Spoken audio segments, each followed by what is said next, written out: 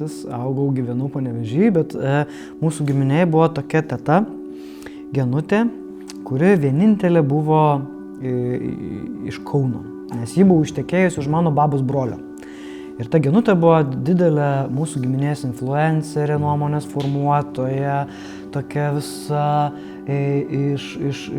nekaimietė, iš Kauno ir taip dailiai ir taip tauriai tardavo savo rajoną, kad iš Vilijampolės ir man ta Vilijampolė, tas buvo pasakų kraštas, toks, nežinau, Notting Hillas Londone ar Bruklinas New York'e. Ir aš atsimenu, vaikas būdamas atvažiuodavau tą Vilijampolę į jos namus, mes su baba, su raudonu Ikarusu atriedėdavom, nusileisdavom nuo Šilainių kalno, baba susietka į priekį autobuso, sako, paleiskit mum čia, mes pas Genę išlipsim. Paleisdavom, nueidavom ir aš atsimenu jos tą Vilijampolį nuosavą namą, jos vyresnio amžiaus mamą ir Genutė turėjo tokią parduotuvę ir ten mano vaiko akimis būdavo artimiausias užsienis, kaip dabar Londonas, nes ten galima buvo gauti gumos, visų ten tų įvežtinių dalykų, importinių. O aš kaip 90s vaikas, tai man tai didelį įspūdį darydavo ir pas Genutę. Aš kartais prekiaudavau jos parduotuvėlį ir atsimdavau atlyginimo kramtomą gumą. Tai čia buvo prieš 6-7 metus. Ir nutiko taip, kad mūsų giminiai visi ten didžioji dalis pasimirė, tas ryšys nutrūko, bet Genutė Lukavičienė iš Vilijampolės pradėjo siausti Facebook'e ir taip mes tapome Facebook'o draugais. Du špokai gavos, viskas jau gal. Nuotraukų prisidarėm. Dabar man kokia įkelk. Atsiųst? Atsiųsti man į mano. Gerai. Atnaujiname santykius, atnaujiname ryšį ir jeigu ne karantinas, aš pas ją būčiau apsilankęs anksčiau, bet dabar į jos namus Vilijampolės patikrinti savo atminties nuvažiavau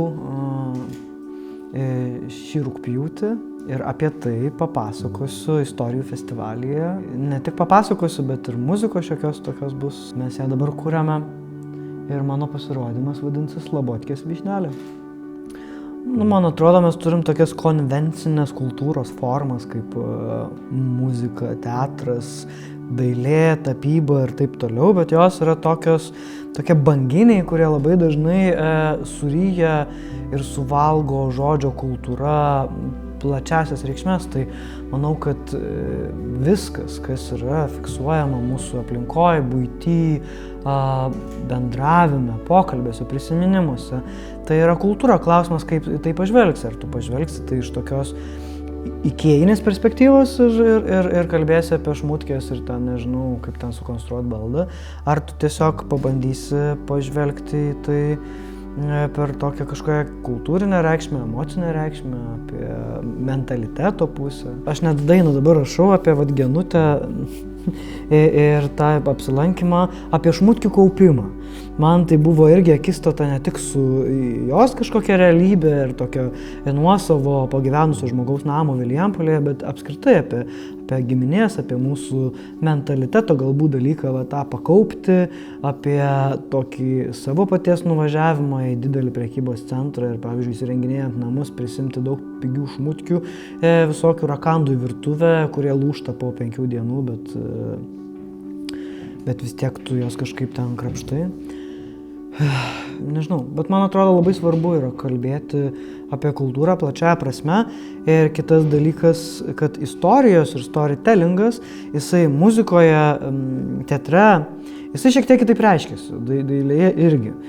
Bet papasakoti gerai istoriją, tiesiog papasakoti istoriją, man atrodo yra labai nemenkas įgūdis ir labai vertingas dalykas, nes kartais tiesiog tarp formų paskęsta detalės ir kažkokie momentai ir interpretacijos momentai, O vat pasakojant istoriją, tai vat man atrodo labai įdomu yra išgirsti kažkokį tokį subjektyvų paveikslą su daugybė detalių ir nematyti formų, kurios užgožia tavo paties vaizduotę. Nes kai pradedi pasakoti, aš testavausi apie Genutę pasakoti keletui draugų ir stengiuosi taikyti tokį repetavimo principą, kad aš neturiu rašytinio teksto, tik tai gairės, dėl to, kad tai yra istorijos pasakojimus, kad manęs neprarytų mano sceniniai ir aktoriniai įpročiai, tokie teatro klišės kažkokios. Tai kiek pasakojau, visi pabaigus istoriją pradeda traukti prisiminimus apie savo tetas, jie buitį, rakandus, prisiminimus. Tai yra labai faina girdėti, kad žmonės susitapatina ir tu kažkaip neuždaužai jų kažkokią sceninę estetiką. Tai, man atrodo, istorijos pasakoti reikia mokėti. Aš esu plepys, man yra įdomu pasakoti istorijas, tai pažiūrėsim, ar bus įdomu ir žmonėm. Ir ar sakys, kad čia yra kultūra, ar čia plepalų klubas.